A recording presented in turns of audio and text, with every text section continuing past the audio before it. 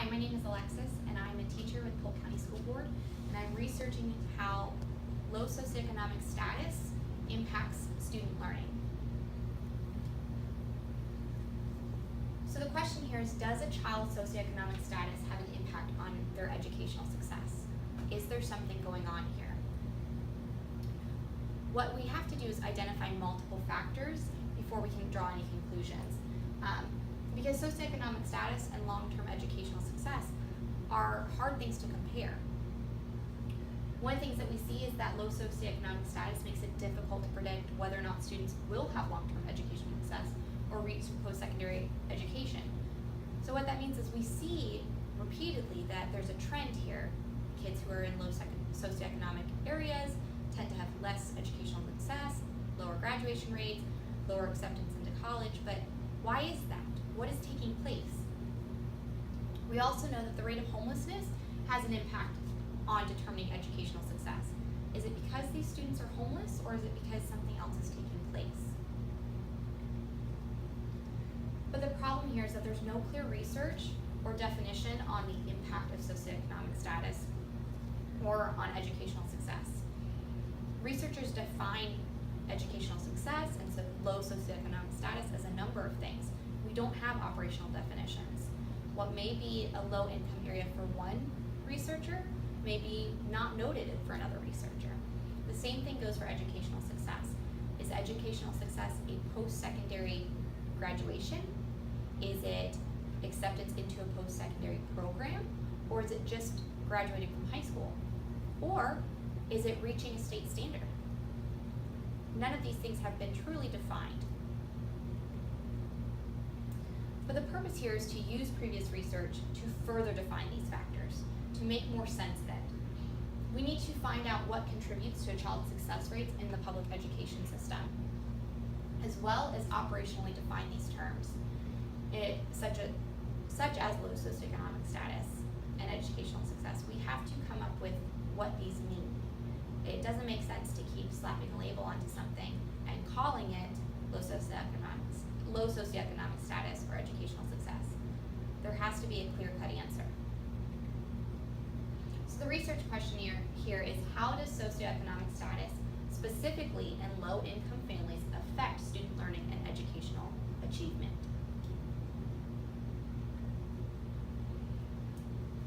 There's a few factors. One of them is homelessness. Tobin in 2016 identified that the rate of homelessness is now higher than it was during the Great Depression. She also found that homelessness is kind of a vague definition. In some instances, homelessness is truly being homeless, not having any place to go, not having any place for shelter, sleeping on the streets. For other cases, homelessness was living in a car or couch surfing among family members. And for other research, homelessness was your home is a shelter. But obviously those factors are different. Obviously those living situations are going to be different.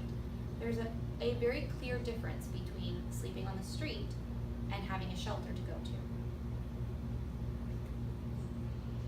We also have to look at early childhood education programs. About 25% of children in the U.S. are from immigrant families. Of that 25%, half of them are from low-income immigrant families. And what we know of the low-income immigrant families is that they are not enrolling in these early childhood education programs. These programs are set forth to give children a head start, to get them into a place where they can get used to the school setting before they actually have to start going to school. They teach things like letters and numbers and early reading programs. But when you look at the data, 12.5% of the U.S. population of children are not attending these Head Start programs, even though the early childhood education programs show to be successful.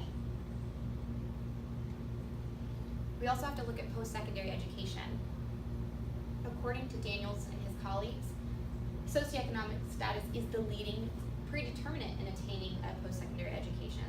So they found that whether or not you had, no matter what your socioeconomic status was, it was a factor in achieving that post-secondary education. They didn't identify as to why, but they did find a correlation. And they also found that students from low socioeconomic status had overall lower rates of academic success. So not only were they not achieving that post-secondary education, they were having a hard time staying up with the means of their primary and secondary schools. We have to look at gender and ethnic background. Statistically, minorities are less likely to be successful in the academic world than Caucasian students are. And of those minorities, males are even less likely to be successful. Why is that? These low socioeconomic minorities are showing lower rates of success. And then we also have a gender factor. So what is taking place? There are some psychological barriers to think about. In 2007 to 2009, we had the Great Recession, which resulted in a decline in the labor market. This led to the feeling that in order to be successful, you had to gain a post-secondary education, that there was no way else to get a job. So it became a sociological norm that students went from high school to college or high school to trade school, some sort of formal education. This also caused some psychological barriers because low-income people were feeling more stress to find work and more stress to find training, and they were feeling less success. We found rates of depression and anxiety and low self-esteem. All of these things began taking place.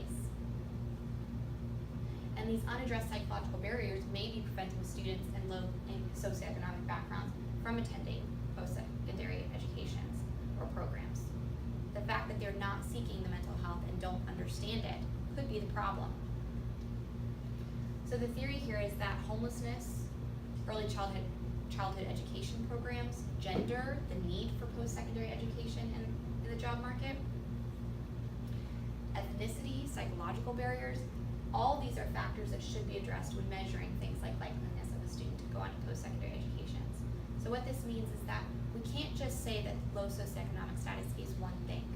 We have to identify that there are factors related to low socioeconomic status, like homelessness, like the rates of early childhood education. Without acknowledging those things, we don't truly identify what we have to account for with low socioeconomic status. Someone who is poor is not the same as someone who is homeless, but those factors need to be accounted for. For the research design, we're going to do a quantitative study with participants from a local high school. They are all freshmen, but they range in age from 14 to 18. This goes back to their academic success thus far. Many of them have been held back, and many of them have not achieved the appropriate testing to move on to the next grade. All the participants are considered level 1s and level 2s, which is based on their test scores and their previous academic achievements. So when they come into high school, they are already identified and categorized as this by the district.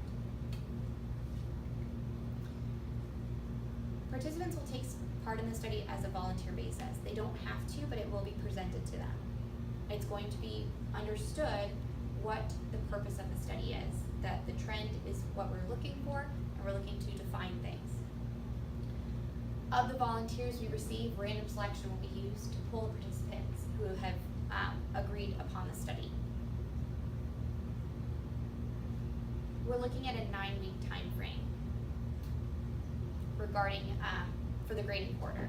The reason for this is it gives us enough time to distribute the survey. It gives us enough time to look at the students' academic achievement thus far. We can see what their grades are, see if they're gaining credits, if they're on the right track. We can also see at the end of the 9 weeks whether or not they're considered on track to graduate based on their GPA. So these are things that we can start making predictions about how their economic status plays into their educational success. If we see that students from low-income areas are also floundering in their education, then we can piece together what other factors they have in common. Are they homeless? Are they dealing with mental health issues? Are they from single-parent households? Do they have some familial structures that are an issue? We can start to identify those common factors and make a more definite prediction. For data collection, we're going to look at surveys. The students and their families will be asked to complete the surveys. Surveys will range. Some of them will be to look at their level of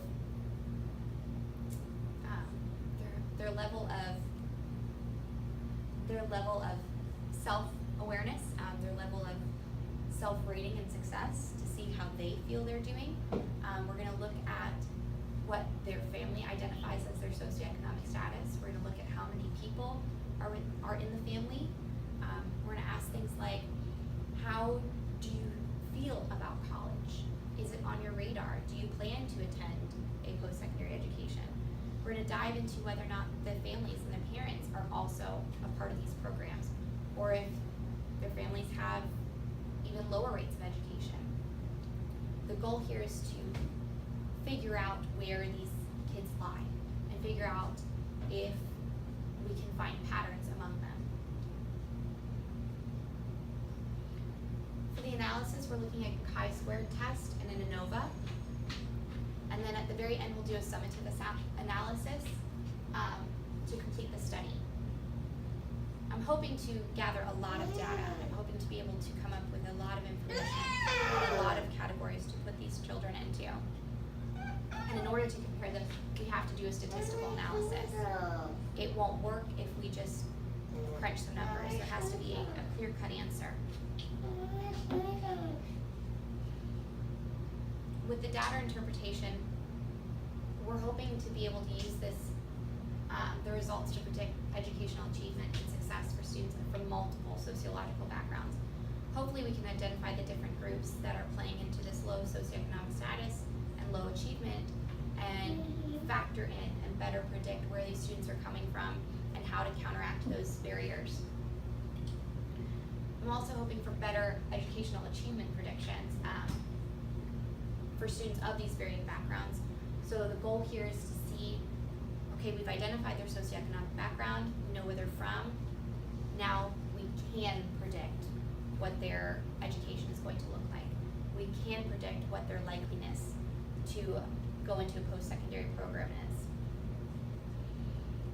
And then lastly, we're looking for a better understanding of how to accommodate at-risk students.